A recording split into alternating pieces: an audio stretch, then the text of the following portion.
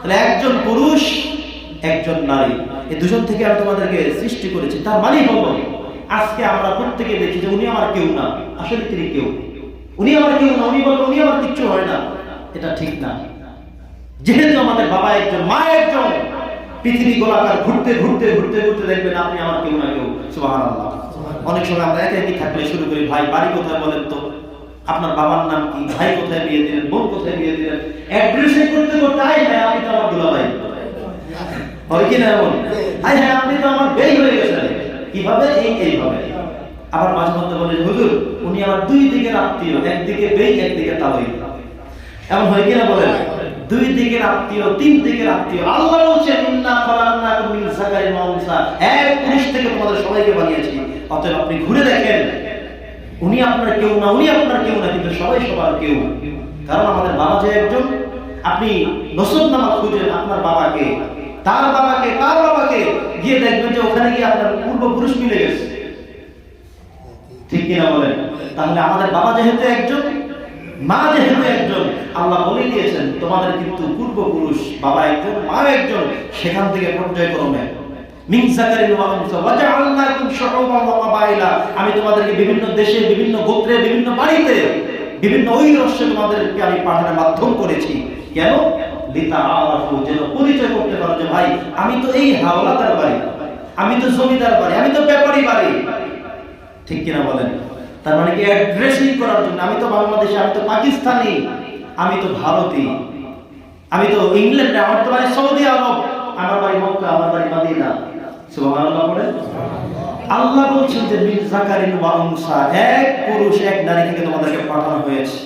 আমাদের সবার ব্লাড এক রঙের। ব্লাড কত রঙের? একটু চামড়া কেটে দেখুন সব লাল, উপরে শুধু চামড়ার পার্থক্য, কোনটা সাদা, কোনটা রেড কালারের, কোনটা কালো কালারের, কোনটা শ্যামলা, বিভিন্ন কালার, বিভিন্ন বর্ণের। কিন্তু যখন আপনি শরীরটা কাটবেন দেখবেন ভিতরে আপনি সব এক। সুবহানাল্লাহ বলেন।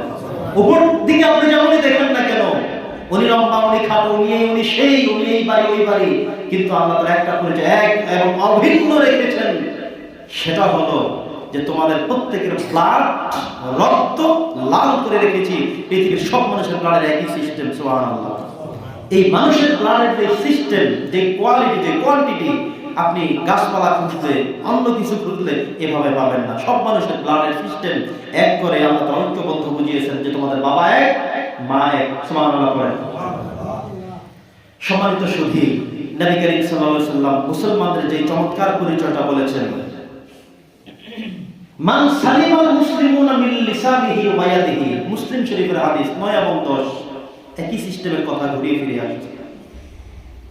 কি বললাম?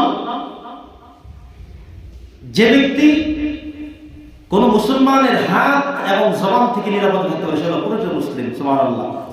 আর জোরে বলেন না সুবহানাল্লাহ। তাহলে প্রকৃত মুসলমানের সংজ্ঞা হলো অপর একজন মুসলমান থেকে, যেমন মনে করেন আমার থেকে যদি আমার প্রতিবেশীর মানুষ, অন্য মানুষ আমার জবান থেকে, আমার হাত থেকে মুক্ত থাকে, তাহলে আমি মুসলিম। আপনার থেকে যদি অন্য কোনো মুসলমান নিরাপত্তা পায়, শান্তি পায়, কষ্ট না পায়, কথার আঘাত না পায়, হাতের আঘাত না পায়, তাহলে আপনাকে মুসলিম বলা হয়েছে। কিন্তু এমন মানুষকে মুসলিম বলা হয়নি যার জবান দিয়ে শুধু বাক বিতণ্ডা, হিংসাত্মক কথা, ধ্বংসাত্মক কথা, গালিগালাজ ছাড়া কোনো কথা বলতে পারে না, হাত দিয়ে আঘাত করা ছাড়া কোনো কথা বলতে পারে না, তাকে মুসলিম হিসেবে অ্যাড্রেসিং আল্লাহ রাসূল করেননি। সুবহানাল্লাহ, নাউযুবিল্লাহ। কোনটা? তাহলে আমরা কি করব? মানুষকে কষ্ট দেব? জবাবে বলেন কষ্ট দেব? মান সালিমাল মুসলিমুনা মিন লিসানিহি ওয়া ইয়াদিহি, মানুষের হাত এবং জবান থেকে যিনি নিরাপদ পায় সেই হলো আসল মুসলিম। তাহলে আমরা চাইবো আমাদের হাত থেকে, আমাদের জবান থেকে যেন অন্য সব মানুষ নিরাপদ পায়। মনে থাকবে ইনশাআল্লাহ। মাঝে মধ্যে আমরা এমন করি, আরেকজন মুসলিম যদি ঝগড়া বেজে যায়, মারামারি শুরু করে, আমরা মজা নিতে থাকি, হাসতে থাকি। আবার মাঝে মধ্যে এমন বলে ফেলি, হাত থাকতে মুখে এত কথা কেন বলে না? উনি চায় যে আরেকটু বাজুক, উনি এখানে বসে বসে মজা নিচ্ছে যে ভালোই তো, লাগো লাগো, আবার বলতেছে যে হাত থাকতে মুখে কি। তার মানে উনি চায় যে একটু মারামারিও করুক, রক্তাক্ত হোক। এটা কি মুসলমানের বৈশিষ্ট্য হলো? হাদিসের আলোকে হলো? বরং যখনই বিতণ্ডা শুরু হয়ে গেল তখন আপনি মাঝখানে প্রতিবন্ধক হয়ে দাঁড়িয়ে যান, ভাই কি হয়েছে আমাকে বলেন।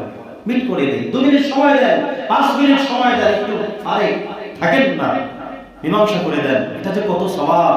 এই একটা সলিউশনের বিনিময়ে আল্লাহ তাআলা আপনাকে জান্নাতের মেহমান বানিয়ে দিতে পারেন। সুবহানাল্লাহ। আল্লাহ বলেন কিয়ামতের দিন 7 শ্রেণীর মানুষের জন্য আল্লাহর আরশের নিচে স্পেশাল ছায়া থাকবে, তার মধ্যে এই ব্যক্তির জন্য একটা ছায়া থাকবে। সুবহানাল্লাহ। ব্যক্তির নাম কি? যিনি ন্যায় বিচার করবেন, ইনসাফ ভিত্তিক কাজ করবেন। আপনি মনে করছেন এটা কোনো বিষয়ই না, এটা অনেক বড় বিষয়, এটা অনেক বড় ইস্যু। আপনি কেন গুরুত্বহীন হয়ে চলে যান? না, দাঁড়ান, শুনেন কি হয়েছে, দুজনের মধ্যে সলিউশন করে দেন, সমাধান করে দেন, ঝগড়া বাড়তে দিয়েন না। কিছু মানুষ নিজে মজা নেয়, হাসতে থাকে, চমৎকার আজকে মারামারি হয়েছে, অথচ উনি ধরতে পারতেন, ধরেন নাই, আমি ধরবো কেন? এটা হতে পারে না। এর একজন মুসলিমের জবাব হতে পারে না। বরং উত্তম মুসলিম তিনি, যিনি অন্য ভাইদের মধ্যে ঝগড়া মীমাংসা মিট করে দিয়ে সমাধান করে দেয়। আল্লাহ বলেন সাবাতুন ইউযিল্লুহুল্লাহু ফি যিল্লিহি ইয়াওমা লা যিল্লা ইল্লা যিল্লুহু, ইমামুন আদিল। ন্যায় বিচার, আপনি সামান্য একটু কাজ করেছেন, এই কাজটা আল্লাহর কাছে অনেক বিশাল হয়ে গেছে। আল্লাহ কিয়ামতে আপনাকে ডেকে আল্লাহর আরশের নিচে স্পেশাল ছায়া দান করে দেবেন, এখানে দাঁড়াও, তোমার জন্য জায়গা এইটা, তুমি দুজনের মধ্যে মীমাংসা করে দিয়েছেন। সুবহানাল্লাহ। আমরা মাঝে মধ্যে ঝগড়া দিতে দৌড়ে যে ভাই সব সাক্ষী দেওয়া লাগবে না, একটু দাঁড়ান, বিট করে দেন, মীমাংসা করে দেন, চেষ্টা করেন না, ইসলাহ করে দেন, সমাজটা রংটা পাল্টে দেন, বদলে দেন। হয়তো আপনি দাঁড়ানোর কারণে তারা এর পরবর্তী স্টেপে না গিয়ে এখানেই সমাপ্ত হয়ে গেছে, মীমাংসা হয়ে গেছে। আপনি হয়তো মাঝখানে প্রতিবন্ধক না হলে এদের মধ্যে ঝগড়া হতে হতে রক্তাক্ত হয়তো হয়েও যেত, হয় না এমন? আরে মসজিদের জিলাপি নিয়ে মারামারি করে আহত নিহত হয়ে গেছে, এমন খবর আমাদের বাংলাদেশে আছে কিনা বলেন? তাবলীগের জামাতের দুজনে দাওয়াত দিতে গিয়ে মারামারি করে সেখানেও নিহত আহত খবর আছে না নাই? মাহফিল শুনতে গিয়ে নিহত আহত, খাইতে গিয়ে, বিয়ে বাড়িতে গিয়ে বর কনে পক্ষ শুধু মহরনা কয় টাকা এটা নিয়ে বেঁচে আহত নিহত খবর আমাদের বাংলাদেশের চিত্রে আছে। এই বাংলাদেশের মানচিত্রে এই সমস্ত খবরগুলো আছে, যেগুলো বহির্বিশ্বের মানুষ, মুসলমানরা দেখে হাসে আর বলে এরাও কি মানুষ?